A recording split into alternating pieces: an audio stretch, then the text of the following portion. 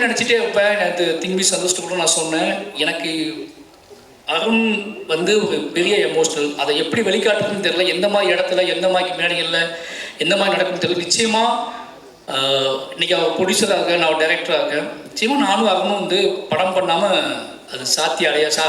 அந்த படம் பண்ணுற நாள் 2 பேருமே, அவர் ப்ரொடியூசர் நான் டைரக்டர்னு ஒரு படம் பண்ணுவோம்ல.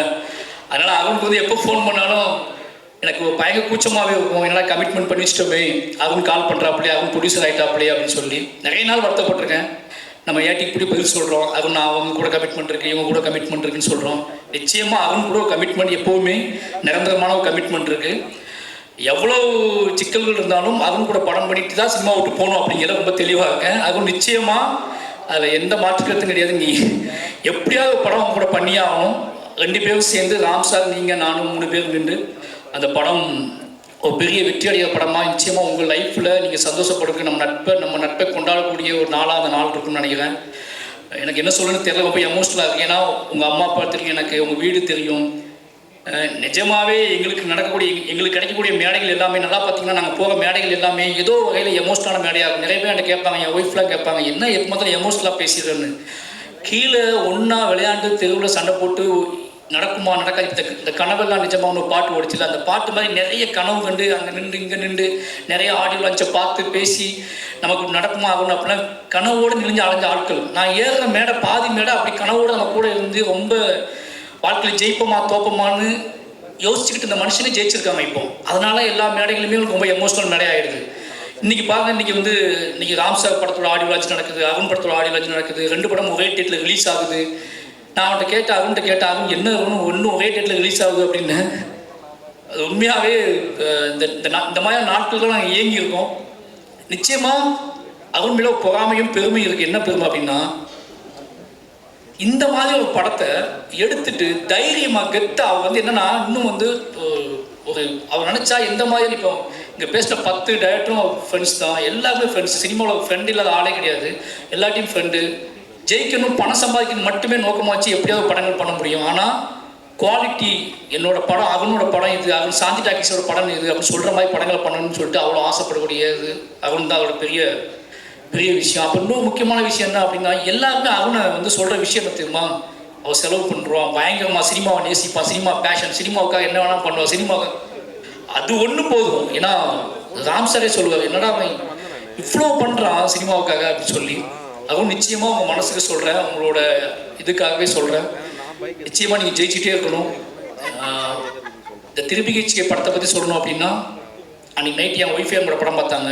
நான் எமோஷனல் ஆனது கூட என் ஒய்ஃப் அதிகமாக எமோஷனல் ஆனாங்க. ஏன்னா எனக்கு நான் போகும்போது ஒரு ஓட்டு வீடு இருந்துச்சு, கிராமத்துலேயே சொந்தமாக ஓட்டு வீடு இருந்துச்சு. கண்ணை முழிச்சு பார்க்கும்போது மேலே ஓடு தெரிஞ்சிச்சு. அந்த ஓடு என்னோடதாக இருந்துச்சு, அந்த நிலம் என்னோடதாக இருந்துச்சு. ஆனால் என் மனைவிக்கு அப்படி இல்லை. அவங்க ரொம்ப கண்ணீர் விட்டு அழுதாங்க. இந்த படத்தில் நிச்சயமாக நான் பேசுறதை விட அவங்க தான் வந்து பேசியிருக்கணும். ஏன்னா இந்த படத்தோட முழு எமோஷனலும் அவங்ககிட்ட தான் இருந்துச்சு. எனக்கு ரொம்ப ஆச்சரியமாக இருந்துச்சு. 2 மணிக்கு அவன் பயங்கரமாக, 3 மணிக்கு அவன் பயங்கரமாக அழுதாங்கன்ட்டு. அவன் அழும்போது தான் தெரிஞ்சு இந்த படம் எவ்வளோ பெரிய தாக்கத்தை ஏற்படுத்திருக்குன்னு சொல்லி. கிட்டத்தட்ட அவங்க வந்து பேசிக்கணும்னு ஆசைப்பட்டேன், இதை தவிர்க்க முடியாது சொல்லுவாங்க, அவங்க வரல. ஏன்னா அவங்க இன்றைக்கி அவங்களுக்கு முதல் சொந்த வீடாக போனது, நாங்கள் கல்யாணம் ஆகி போனது அவங்க சொந்த வீடு, அவன் வாழ்ந்த சொந்த வீடு. அது வரைக்கும் அவன் சொந்த வீட்டில் இருந்தது கிடையாது.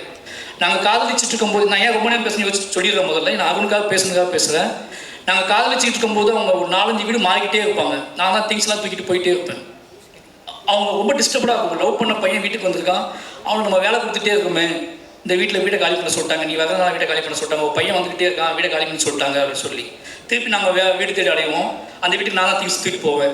பரியேறும் பெருமாள் கமிட் பண்ணியதுக்கு அப்புறம் கூட, பரியேறும் பெருமாள் ஷூட்டிங் முடிஞ்சதுக்கு அப்புறம் கூட நான் வந்து ரிலீஸ் ஆகிறதுக்கு முன்னாடி சேலம் மாநகரத்தில் நான் வீடு தேடி அடைஞ்சிருக்கேன், திங்ஸ்லாம் தூக்கிட்டு அடைஞ்சிருக்கோம்.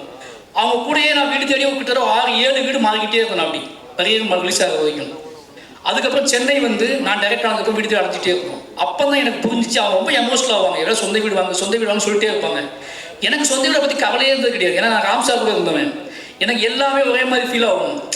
எனக்கு வந்து சொசைட்டியோட சமூகம் என்னை எப்படி நடத்துது, சமூகம் என்ன இன்ட்ராக்ட் பண்ணுது, எனக்கு வெளி உலகம் தான் தெரு என்னை எப்படி நினைக்குது அப்படின்னு தான் நான் ரொம்ப மைண்ட் செட்டாகவே வைப்பேன். என் வீட்டுக்குள்ளே நான் எப்படி இருந்தேன்னு எனக்கு யோசிச்சதே கிடையாது. என் வீட்டுக்குள்ளே நான் பயங்கரமாக அது ஃபீலாகவே இருந்தது கிடையாது. என் வீட்டில் நான் வந்து தூங்குவேன், எழுந்துச்சு போவேன். அதனால் வீடை பற்றி எனக்கு எந்த கனவுமே இருந்தது கிடையாது. சமூகத்தை பற்றியான கனவு தான் அதிகமாக இருந்தது. ஆனால் என் ஒய்ஃபுக்கு வீடு பற்றியான கனவு அதிகமாக இருந்திருக்கு. அது எனக்கு காரணம், அவங்க 3 பேரும் பெண்கள். அப்பா இல்லை, 3 பெண்களுக்கு ஒரு நிலையான வீடு ரொம்ப எமோஷனலாக இருந்திருக்கு. அதனாலே அவங்க வீடு வாங்க சொல்லிட்டே இருப்பாங்க. பெரியம்மாள் கிட்டான உடனே எதை பற்றி யோசிக்காம ஒரு வீடு வாங்கிட்டு அப்படின்னு சொன்ன உடனே கர்ணன் முடிச்சுன்னா அவங்க சொந்த வீடு வாங்கி கொடுத்துட்டேன். நான் அந்த வீட்டை தான் இப்போ இருக்கோம். எனக்கு நான் யோசிச்சு பார்க்கும்போது இது ஒரு பெரிய விஷயமா. நான் அந்த வீட்டை பார்க்கறதுக்கும் போகல, அந்த வீட்டை பற்றி எதையும் யோசிக்கவும் போகல. வீட்டை பார்த்தோம், இது இப்படி ஆகணும் இது எப்படி ஆகணும்னு எதுவுமே யோசிக்கலை. வீட்டை வாங்கி வாழ்ந்துட்டோம். அதுக்கப்புறம் தான் கொஞ்சம் கொஞ்சமாக ரெடி பண்ணும்போது தான் தெரிஞ்சு வீடு எவ்வளோ முக்கியமான விஷயம் அப்படின்னு தெரிஞ்சு எனக்கு அது தெரியவே இல்லை. பட் திரும்பிகை படம் பார்த்துட்டு அவங்க ரொம்ப நேரமாக அழுதுட்டு இருந்தாங்க. ரொம்ப நேரமாக அழுதுட்டு இருக்கும்போது காரணம் என்னன்னா, இப்போ யோசிச்சு பாரு, சத்யகுமார் சார் வந்து அப்பா இருக்காரு, அப்பா அவங்க தூண் மாதிரி இருக்காரு. ஒருவேளை சத்யகுமார் சார் இல்லாமல் எங்கள் அம்மா மட்டும் யோசிச்சுப்பாங்க எப்படி இருக்குது இந்த கதை அப்படின்னு சொல்லி. எங்கள் அம்மா மட்டும் தான் இருந்தாங்க அப்படின்னு சொன்னாங்க. எனக்கு அப்போ தான் புரிஞ்சிச்சு ஒரு கூட்டோட வேல்யூ. இப்போ சார் சொன்ன மாதிரி இந்த வீட்டில் நம்ம இறந்து போனதுக்கப்புறம் இந்த வீட்டுக்குள்ளே தான் நம்ம பிள்ளைங்க இருப்பாங்க, இந்த வீட்டுக்குள்ளே தான் நம்ம பிள்ளைங்க விளையாடுவாங்க அப்படிங்கிறத பார்த்துட்டு நம்ம போக உணர்வுன்னு இருக்குல்ல. அப்போ தான் எனக்கு புரிய ஆரம்பிச்சிச்சு. நானே அவன்கிட்ட ஃபோன் பண்ணி அதுவும் நான் வந்து இந்த படத்தை நான் ஒரு பாயிண்ட் ஆஃப் வியூவில் பார்த்தேன், என் ஒய்ஃப் ஒரு பாயிண்ட் ஆஃப் வியூவில் பார்த்துருக்காங்க சொல்லி அது மிட் நைட் நான் பேசிகிட்டே இருந்தேன். நிச்சயமாக இந்த படம் நேர்மையான கலைஞர்களால், நேர்மையான டீமால் ரொம்ப எமோஷ்னலாக ரொம்ப நெருக்கமாக மக்களை நம்பி எடுக்கப்பட்ட படம். இந்த படம் நிச்சயமாக சொல்கிறேன், இந்த படத்தை பற்றியான இந்த படம் மக்களை நம்பி எடுக்கப்பட்ட படம், மீடியாக்கள் நம்பி எடுக்கப்பட்ட படம். ஒவ்வொரு சராசரி மனுஷனோட கனவு ஒவ்வொரு சார்ந்த விஷயமா இருக்கும். அப்படி ஒரு பெரும் கனவை நம்பி வாழக்கூடிய நிறைய குடும்பங்களை பற்றியான கதை. நிச்சயமாக இந்த படத்தை மக்கள் தியேட்டரில் வந்து ஜூலை 4 ரிலீஸ் ஆகுது. ஒவ்வொரு மக்களுமே ஒவ்வொரு மனுஷங்களுமே ஏதோ டூரிஸ்ட் ஃபேமிலி ஒரு ஹிட் ஆகிருக்கு. எனக்கு மெட்ராஸ் மேட்னி ரொம்ப தாமதமாக தான் பார்த்தேன். மெட்ராஸ் மேட்னி வந்து எனக்கு அது எப்படி இன்னும் பெருசாக போக வேண்டிய படம். ஏன்னா எனக்கு அவ்வளோ ரொம்ப எமோஷ்னலாக பிடிச்ச அந்த படம். அது மாதிரி இந்த படம் வந்து ஒரு மிகப்பெரிய வெற்றி படமாக அமையணும். எனக்கு அது மட்டும் தான் பெரிய ஆசை. ஏன்னா இந்த படம் அத்தனை விஷயங்களும் இந்த படத்துக்குள்ளே இருக்குது. அதுக்கு ஒரே ரீசன் என்னன்னா, இந்த படம் உண்மையாக இருக்குது, உண்மையாகவே எடுக்கப்பட்டிருக்கு. அத்தனை பேர் மனசுக்குள்ளே இருந்தும் ஸ்ரீகணேஷ் பேச முயற்சி பண்ணியிருக்காரு. இப்போ தேவானி மேம் சொன்னாங்கல்ல, நான் நிஜமாக மேம் படம் பார்த்துட்டு இருக்கும்போதே தேவானி மேம் எந்த பாயிண்டில் பேச போவாங்கன்னு பார்த்துட்டே இருந்தேன். நீங்கள் பேசவே மாட்டீங்க படத்தில், எந்த இடத்துல நீங்கள் பேச போறீங்கன்னு பார்த்துட்டே போனாங்க. ஒரு 4-5 இடத்துல தான் நீங்கள் பேசுறீங்கன்னு நினைக்கிறேன். அந்த 4-5 இடத்துல பேசும்போது பூ பூக்கிற மாதிரி இருந்துச்சு அந்த வீட்டுக்குள்ளே. நீங்கள் பேசுகிற பாயிண்ட் தான் அந்த வீட்டுக்குள்ள பூ பூக்குது.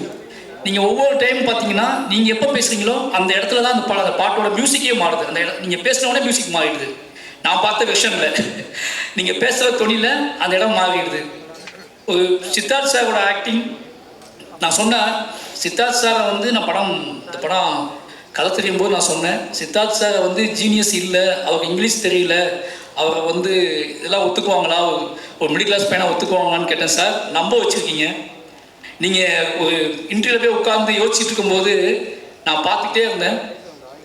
நேரம் ஆக ஆக ஆக நீங்கள் வீடுகள், அதாவது என்ன சொல்றது, இது வரைக்கும் நுழையாத வீடுகளுக்குள்ளே நுழைஞ்சி அந்த வீட்டுக்குள்ளே இருந்து பேச ஆரம்பிக்கிறீங்க. உங்களோட ஆக்டிங்கும் உங்களோட சென்சிபிளும் இந்த கதையோட நேர்மையை நீங்கள் புரிஞ்சுக்கிட்டதுனால தான் ஏதோ வகையில் அதை தென்பட்டுக்கிட்டே இருக்கு. எனக்கு ஃபஸ்ட்டு நான் பயந்தேன், ஓப்பனாக சொல்லணும்னா இது எப்படி இந்த வீட்டுக்குள்ளே எப்படி சித்தார்த் செட் ஆகுது அப்படின்னு நினச்சிக்கிட்டே இருந்தேன்.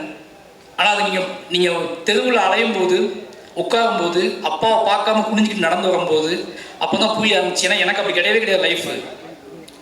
நான் ரொம்ப நிமிர்ந்து அலைஞ்ச பையன், ஒரு மாதிரி வீட்டுக்குள்ளே வேற மாதிரி இருப்பேன். வீட்டுக்குள்ளே வாழ்கிற இந்த மிடில் கிளாஸ் பசங்களோட மைண்ட் செட் இருக்குல்ல, அதை இப்போ இந்த படத்தில் தான் நான் ஃபஸ்ட் டைமாக லைவாக பார்க்குறேன். எனக்கு அப்படி இருந்ததே கிடையாது. எங்கள் வீடு திறந்தே கிடக்கும், வாசலும் கிடையாது, முன்பக்கம் கிடையாது, பின்பக்கம் கிடையாது. இப்படி அடைப்பட்ட வீட்டுக்குள்ளே எனக்கு ஒரு சீன் போதும் சார். அந்த வீட்டு ஓனர்கிட்ட பேசுகிற ஒரு சீன் போதும் எனக்கு. அது ரொம்ப ரொம்ப டிஸ்டர்ப் பண்ணிச்சு என்னைய. எனக்கு ராம் சார் நானும் நிறைய ஓனர்கிட்ட அப்படி கஷ்டப்பட்டுருக்கோம். தூக்கிட்டு அலைஞ்சிக்கிட்டே இருப்போம், பில்டிங் தூக்கிட்டு ஒரு பாட்டு சத்தமாக வந்துச்சுன்னா மணல் காலம் கதை தட்டிடுவாங்க. உங்கள் பாட்டு போடுறதுக்கெல்லாம் நாங்கள் வீட்டை காலி பண்ணியிருக்கோம், ஓகேங்களா. அவர் செல்லாம் மூடு பயங்கரமாகி சித்தார்த்து பாட்டு போடுறான்னு சொல்லிட்டு பெருசாக போட்டுவிட்டு சவுண்ட் வச்சு விட்ருவாரு. மறுநாள் காலை வந்து வீட்டை காலி பண்ணி சொல்லிடுவாங்க. இப்போ திங்ஸை தூக்கிட்டு வேற வீட்டுக்கு போவோம். ஏதோ வகையில் இந்த படம் அருணுக்காக, வெறுமன அருணுக்காக மட்டும் இல்லாமல் அருண் போன்றே டேரக்டர், அருண் மாதிரியே ஹீரோ, இது எல்லாருமே சேர்ந்து அமைஞ்சிருக்காங்க. நிச்சயமாக இந்த படம் மிகப்பெரிய வெற்றி அடையணும்.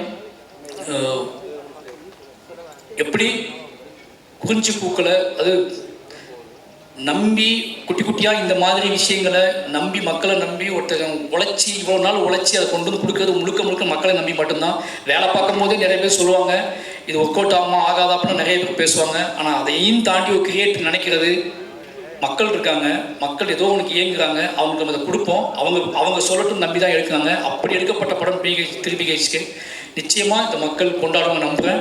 அப்படி ஒரு பெரிய வெற்றியில் உங்களை சந்திக்கிறேன். நன்றி.